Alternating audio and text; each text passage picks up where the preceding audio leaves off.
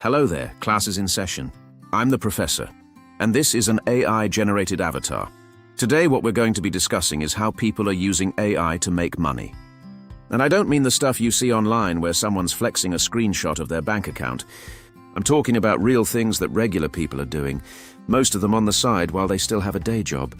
We're covering three things: setting up AI automations for small businesses, selling digital products on places like Amazon and Etsy, and print on demand, where AI helps you design stuff like t-shirts and hats and someone else handles the rest. Before we jump in, if you like having stuff explained to you like a normal human being, do me a favor and hit subscribe. Maybe the like button too while you're at it. It genuinely helps the channel. Alright, let's get into it. Okay, so the first one, AI automations for small businesses. And I want to walk you through what this actually looks like in practice. Think about the businesses in your area: the dentist's office, a plumbing company, a real estate agent, a restaurant.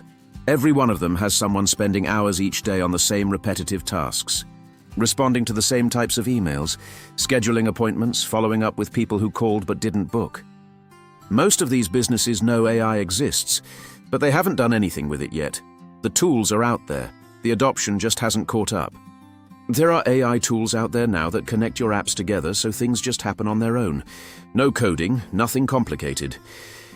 So you go to one of these businesses and say, hey, what if your appointment confirmations went out automatically? What if your follow-ups sent themselves? What if your social media posted on a schedule and nobody had to think about it? That's a real conversation you can walk in and have. The way you get paid is a setup fee to build everything out, and then a monthly retainer to keep it running and make improvements over time. Your costs are low because you're mostly just investing your own time, and once you've got a few businesses set up, that retainer work is pretty manageable. The background you need for this is not what you'd expect. It's not coding, it's not a tech degree. It's understanding what these business owners are dealing with every day, and knowing which tools can solve those problems. That's really what you're bringing to the table. If this is clicking for you so far, drop me a comment. I read all of them. Alright, number 2. Digital products. This is one where the work you put in up front keeps working for you after you're done. Templates, guides, checklists, spreadsheets, prompt packs, ebooks, social media kits. There's a market for all of it. And AI makes the creation part way faster. The research, the writing, the layout, stuff that used to take days you can knock out in an afternoon. Like a resume template pack, a social media content calendar, an AI getting started guide written for small business owners, or a collection of prompts built around a specific industry, say real estate. People search for this stuff and they pay for it. And where do you actually put these up for sale? You've got options. Amazon KDP is good for ebooks and guides. You upload it and Amazon takes care of the distribution. Etsy works well for templates and planners.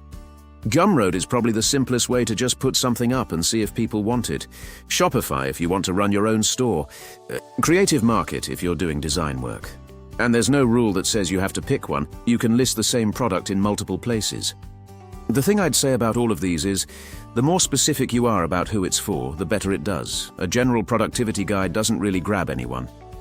But a 90-day content calendar built specifically for solo real estate agents, that's something someone looks at and goes, okay, that's exactly what I need. Drop a like if you're getting something out of this. Okay, last one.